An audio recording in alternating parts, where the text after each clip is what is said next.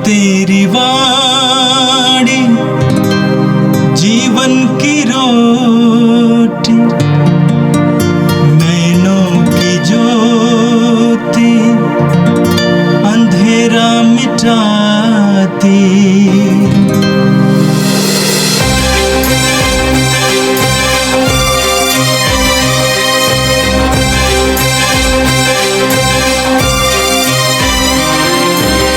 प्रभु तेरी वाणी जीवन की रोटी, नैनों की ज्योति अंधेरा मिटाती।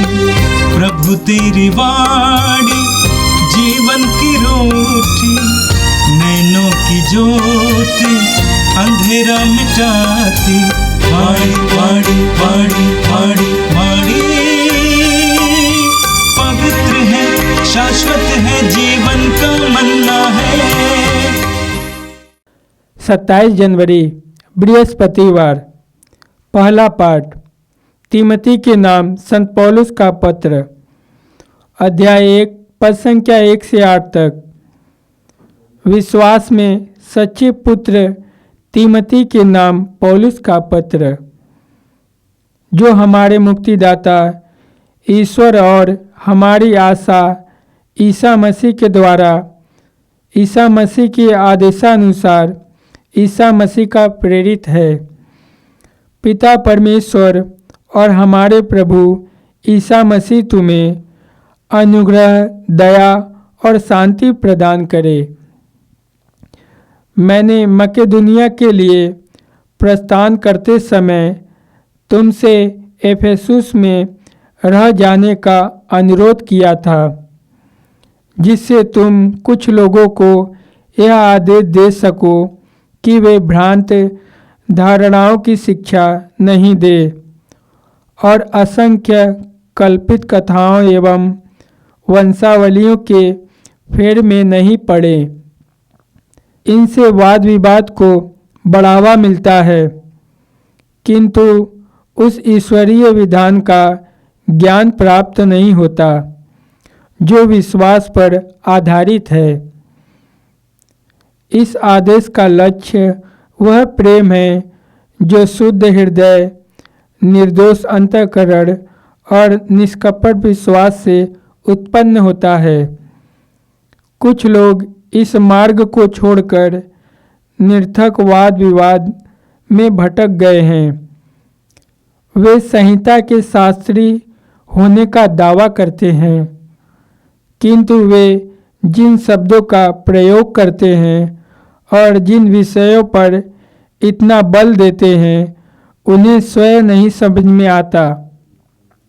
हम सब जानते हैं कि संहिता उत्पन्न वस्तु है, बशर्ते उसका उचित रीति से उपयोग हो।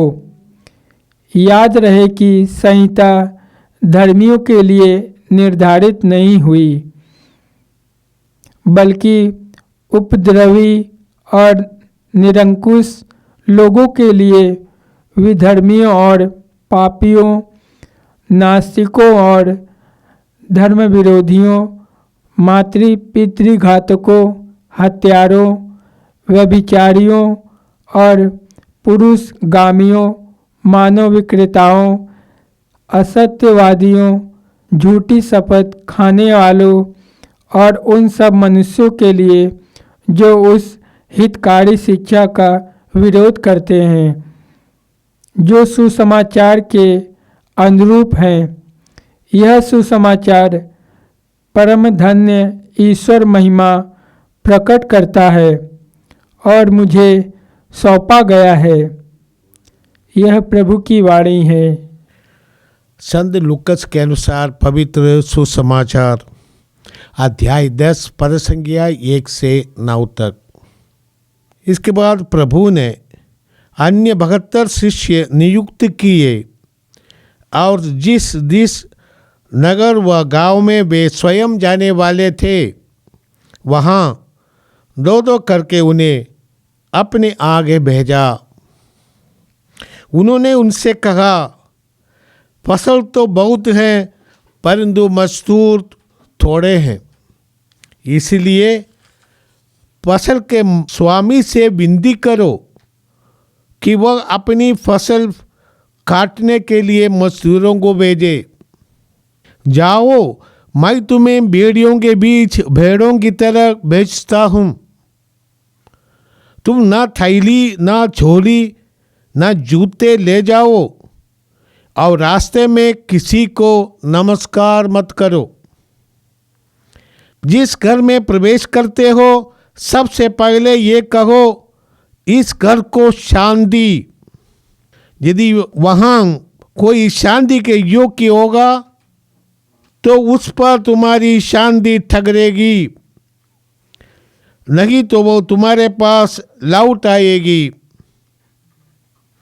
उसी घर में ठहरो रहो और उनके पास जो हो वही खाओ पियो, क्योंकि मजदूर को मजदूरी का अधिकार है। घर पर घर बदलते ना रहो। जिस नगर में प्रवेश करते हो और लोग तुम्हारा स्वागत करते हैं तो जो कुछ तुम्हें परोसा जाए वही खा लो। वहाँ के रोगियों को चंगा करो और उनसे कहो, ईश्वर का राज्य तुम्हारे निकट आ गया है। यह प्रभु का दिव्य सुसमाचार है। प्यारे भाई और बहनों, आज 27 जनवरी को भारतीय कलीसिया संत तिमोथी और तीतुस का पर्व मनाती है। बीते कल 26 जनवरी को विश्वव्यापी कलीसिया उनका त्यौहार मनाती है, परंतु कल हम लोग गणतंत्र दिवस मनाए थे और भारतीय गणतंत्र के लिए, हमारे राष्ट्र के लिए विशेष पूजा और बलिदान, मिसा बलिदान हम चलाए हैं, प्रार्थना किए हैं।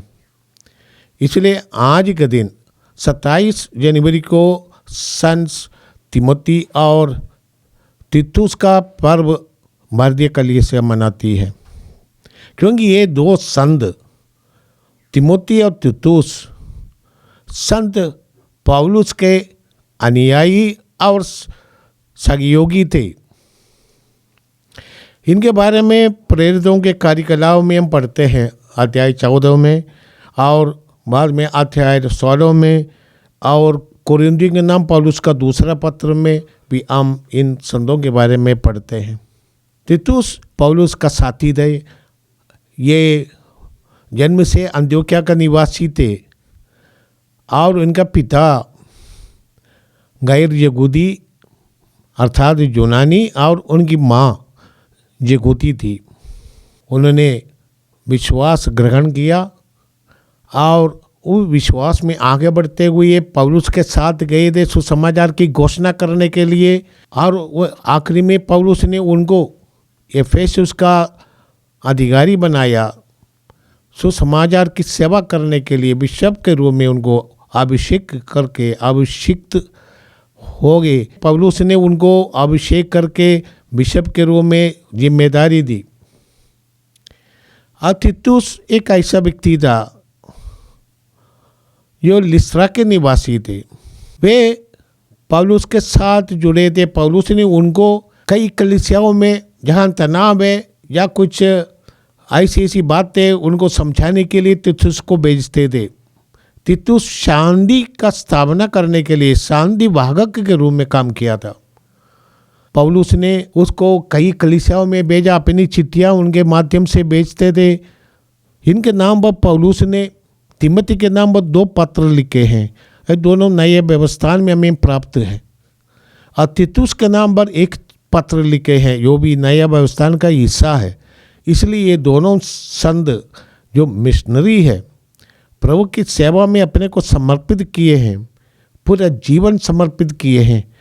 इसलिए भारतीय कलीसिया के लिए भी ये महत्वपूर्ण संत है। इसलिए हम इनका त्यौहार आज के दिन मनाते हैं। आज के प्रथम पाठ में हम पढ़ते हैं तिमोथी के नाम पौलुस का दूसरा पत्र से। इसमें पौलुस तिमोथी को याद दिलाते हैं कि जो विश्वास उन्हें उनके माता और उनकी नानी, उनकी माता यूनिस और उनके नानी लोइस, ये यहूदी है और उन्होंने विश्वास ग्रहण किया पौलुस के सेवाओं के माध्यम से, जैसे हम प्रेरणा का कार्यकलाप अध्याय 16 में पढ़ते हैं। पौलुस कहते हैं कि तिमोथी, जो विश्वास तुमने अपनी माँ से और अपनी नानी से प्राप्त किया है, जो विश्वास उन व्यक्तियों में जीवन रहा और तुम्हें वो मिला है, उसको तुम फैलाओ, उसमें बढ़ते जाओ। तो फैन इनटू फ्लेम, अर्थात है कि उसको ऐसा प्रज्वलित करो कि वो एक महाअग्नि के रूप में तुम्हारे जीवन को परिवर्तित कर दे। माँ हर एक व्यक्ति के जीवन में बहुत महत्वपूर्ण भाग निभाने वाली है, विशेष करके विश्वास के जीवन में। अब्राहम लिंकन खड़ा करते थे कि जो कुछ मैं हूँ और जो कुछ मैं होने की संभावना रखता हूँ, ये सब मेरी माँ की कृपा से, उन्होंने मुझे ये वरदान दिया है। उन्हें वो आदर्श माँ सिखाती है। माँ के गर्भ में बच्चे माँ से बहुत कुछ सीखते हैं। गर्भावस्था से ही माँ से हम बहुत संस्कार पाते हैं और जन्म के बाद माँ के गोद में हमें हर प्रकार की शिक्षा प्राप्त होती है। इसलिए माँ परिवार में, जहाँ माँ है वहाँ पर परिवार है।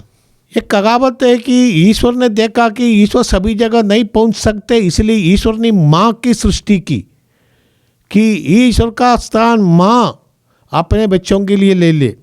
मकबीस का द्वितीय ग्रंथ अध्याय 7 में एक ऐसे विश्वासी महिला के बारे में हम पढ़ते हैं जिनके 7 बच्चे थे और ये 7 बच्चे शहीद हो गए अपने विश्वास के लिए।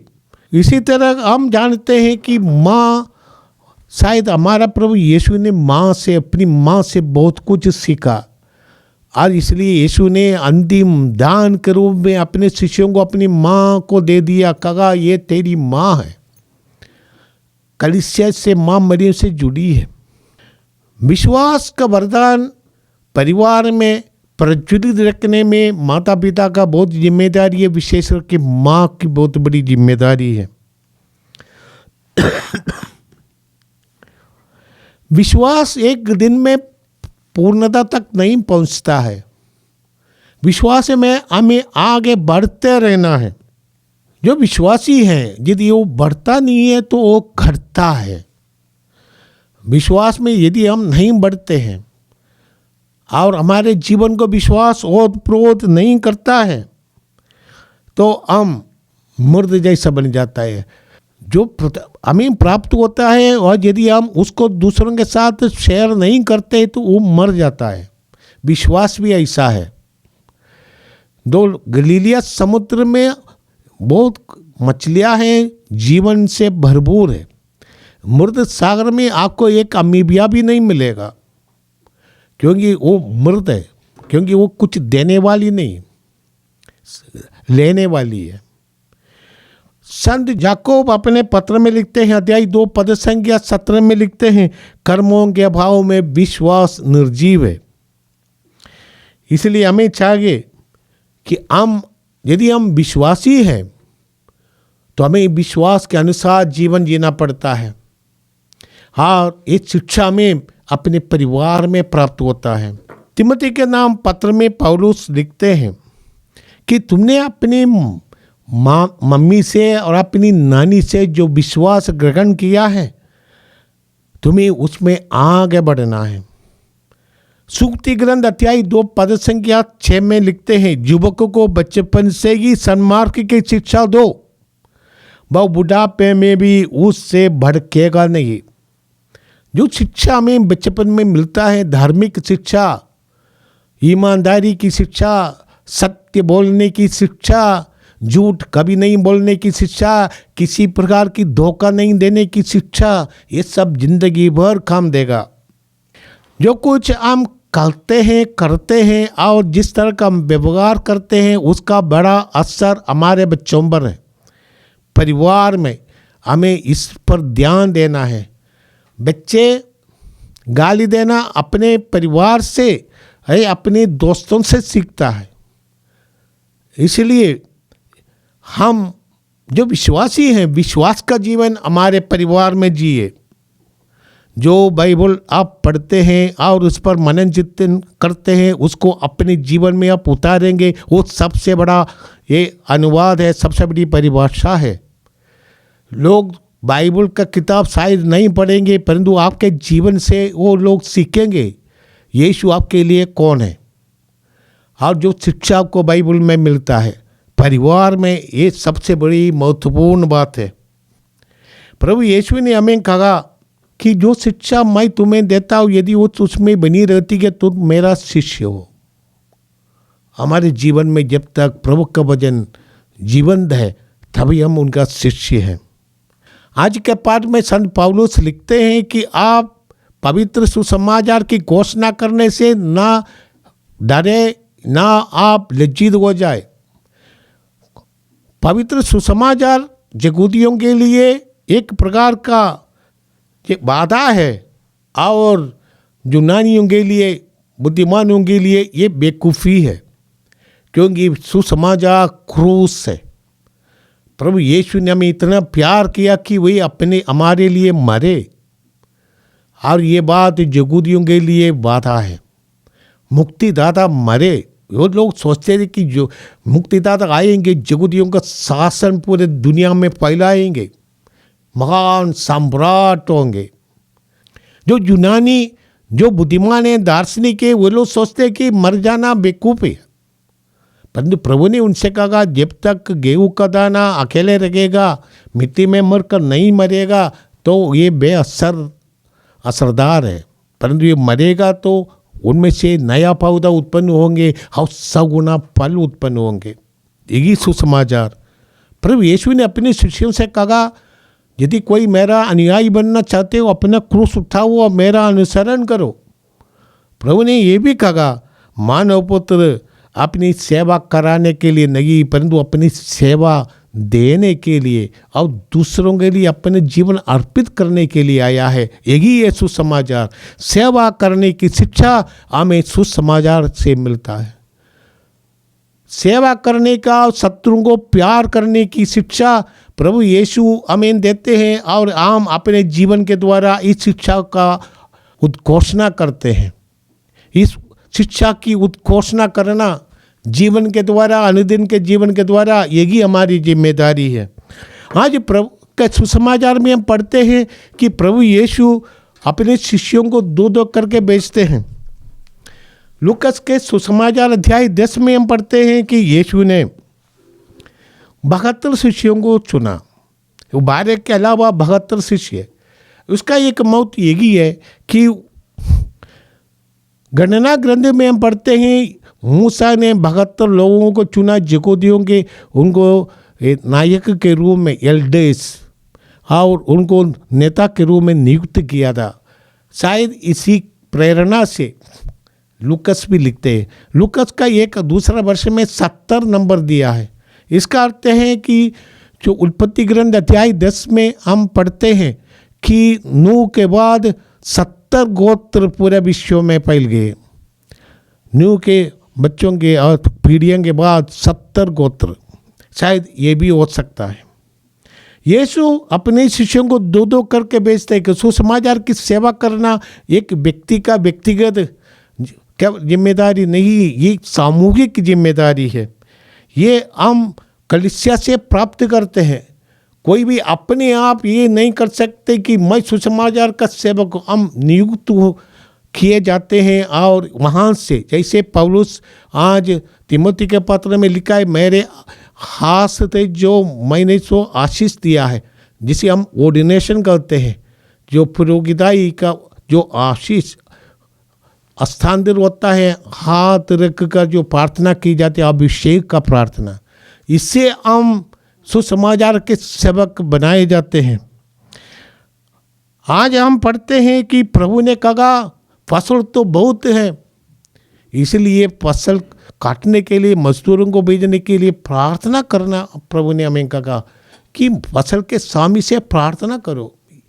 दुनिया में हम जानते हैं, आज के दुनिया में सुसमाचार की घोषणा की इतनी जरूरी है, परंतु सुसमाचार की सेवा करने के लिए बहुत लोग आगे नहीं आते। इसलिए प्रभु कहते प्रार्थना करो, प्रार्थना करो, क्योंकि इतना ज़्यादा है। इतनी ज़्यादा जिम्मेदारियाँ हैं, क्योंकि हमारे दुनिया में इतनी बुराई की शक्तियाँ फैल रही है। शांति और प्रेम का संदेश देना और लोगों सबों की भलाई के लिए कार्य करना और अपने को समर्पित करना, जैसे फादर डामिन ने किया था कुष्ठ रोगियों की सेवा में, मदर तेरेसा ने अनाथों की सेवा में अपनी जिंदगी दे दी। इसी तरह सेवा के द्वारा देश की सेवा के लिए, जनता की सेवा के लिए समर्पित लोगों की ज़रूरत है। हमें प्रार्थना करना चाहिए कि प्रभु हमें भी चुने। तो हमें चाहिए कि हम प्रभु पर विश्वास करिए। अब प्रभु चाहते तुम हमारे लिए बड़ा बड़ा बंडल लेकर नहीं जाने का, तुम्हारे लिए जो कुछ चाहिए वहाँ पर उपलब्ध किया जाएगा। प्रभु सबका प्रबंध करने वाला है, इसलिए प्रभु कहते तुम दो कुर्ते मत लेगो, जूता मत लेगो। ये सब कहने का अर्थ है कि तुम इस पर चिंता मत करो। तुम्हें चाहिए पूर्ण रूप से समर्पित जीवन, और प्रभु तुम्हारे लिए प्रबंध करेगा। हर एक व्यक्ति जो उन्होंने अपने कार्य शुरू किए, जैसे मदर तेरेसा है, वो पैसा लेकर नहीं आई थी, सेवा करने के मन लेकर आई थी। प्रभु हमसे कहते हैं कि जहाँ तक ही हम जाएंगे, सबसे बड़ा संदेश है शांति। इस घर को शांति हो, व्यक्तियों को शांति चाहिए, परिवार में शांति चाहिए, समाज में शांति चाहिए। शांति का अर्थ जहाँ हम सत्य है, अहिंसा है, जहाँ हम भाईचारा है, वहाँ पर शांति होती है। हर एक हमारा सुसमाचार की एक ही सेवा है, लोगों के बीच भाईचारा बनाए रखना और एकता बनाए रखना, और यही सुसमाचार, यही ईश्वर का राज्य का चिन्ह होता है। आइए हम प्रार्थना करें। हे प्रभु, तूने प्रेरितों के द्वारा हमें सिखाया है किस तरह सेवा किया जाए। पौलुस पूरे जिंदगी तेरी सेवा में लगाया और उनके साथी रह गए, जैसे तीतुस और तिमोती और भी कई हजारों लोग अब तक सेवा करते हुए हमें दर्शाया है कि हम किस तरह संपूर्ण रूप से प्रभु की सेवा में मन लगाए है। ये प्रभु सुसमाचार सबों के मुक्ति का एक साधन है, बंधनों से मुक्ति। सुसमाचार ईश्वर का राज तुम्हारे बीच है। हर एक व्यक्ति के जीवन में ईश्वर का राज आ जाए, यही सुसमाचार है, यही ईश्वर का राज है। हर एक व्यक्ति के जीवन में जब हम हर एक व्यक्ति ईश्वर की इच्छा खोजेंगे, उसको पूरी करने के लिए प्रयत्नशील होंगे, वही सुसमाचार है, वही ईश्वर का राज्य की स्थापना है। ईश्वर को खोजे, उनकी इच्छा के अनुसार जिए, जीवन पवित्र बने और हर परिवार में तेरी शांति और प्रेम बढ़ती जाए। ये प्रभु, ये प्रार्थना हम करते हैं हमारे प्रभु क्रिस्त के द्वारा, आमीन। प्रभु तेरी वाणी जीवन की रोटी, नैनों की ज्योति अंधेरा मिटाती। वाणी वाणी वाणी वाणी वाणी पवित्र है, शाश्वत है, जीवन का मन्ना है।